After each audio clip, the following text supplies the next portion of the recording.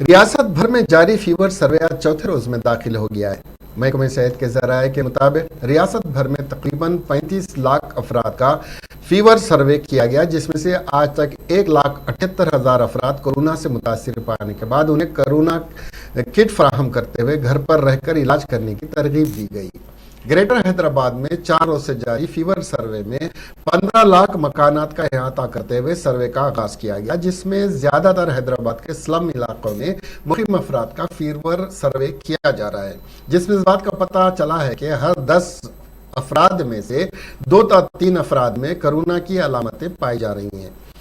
D H O Anuradha نے بتایا کہ فیور سروے میں Asha workers, G H M C workers حصہ لے رہے ہیں اور صرف بخار آنے پر دواؤں کا کٹ اور کورونا کی علامات سامنے آنے پر کورونا کٹ فراہم کرنے کے اقدامات کیے جا رہے ہیں۔ یہ فیور سروے 10 دن تک جاری رہے گا۔ انہوں نے ایک سوال کے جواب میں بتایا کہ گریٹر حیدرآباد و اطراف و اکناف میں فیور سروے کے دوران